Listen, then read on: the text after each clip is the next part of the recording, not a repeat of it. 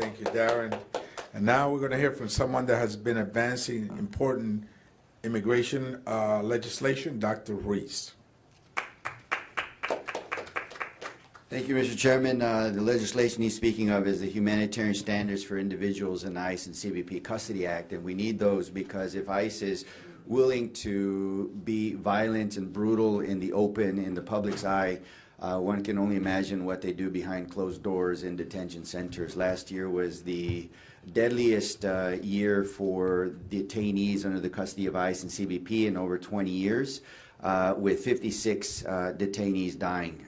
So this bill that was created to help prevent deaths and to protect human dignity has the endorsement of CHC members, and many members are co-sponsors. But President Trump's presidency is going to be remembered as his speech last night, which is full of lies, self-promotion, and a complete disregard for working people. He's lied to when he said he would lower costs on day one, while his Trump tariff tax has raised costs for everybody. He lied when he said he was going to protect retirees while he's trying to dismantle Social Security and Medicaid. He lied when he said he's going to try to increase healthcare access while his policies in H.R. 1, the big ugly law, will rip healthcare insurance away from 15 million people and raise costs for millions more.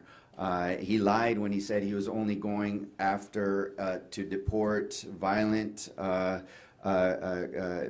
immigrants, while he's terrorizing communities, violently going after mostly non-criminal immigrants and even U.S. citizens. So my guest last night was Frank Breivik. He is a small business owner and a healthcare consultant who wrote to me saying how the expiration of the Affordable Care Act tax credits was going to increase his annual cost for his premiums more than $15,000. In a time when the cost of living is so high, $15,000, and wages are stagnant, $15,000 is very impossible for many, and he has to make that difficult choice of whether he pays it or he takes the risk and not go and not pay it. Millions of families are undergoing that risk, and it's not just about the ACA tax credit. It's also because of the Medicaid tax cuts that everybody, not just those who are going to be those that are uninsured, but everybody, including all of you, are going to have to pay more in premiums.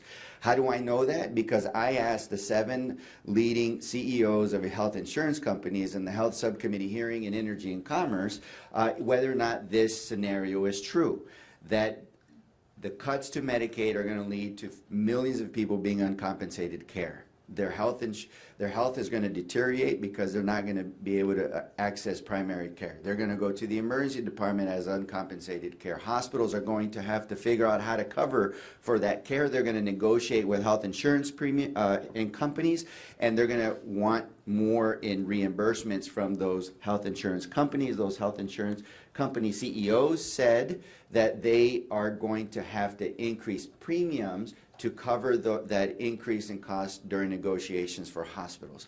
They admitted that all of your premiums are going to go up. In fact, if you look at the rate of increase of premiums over the several years, there's a disproportionate increase this last year because they are already increasing them in preparation of the further crisis that the big ugly law is going to create. So that speech was full of lie. His math didn't math. And we're going to hold him accountable for that. Thank you.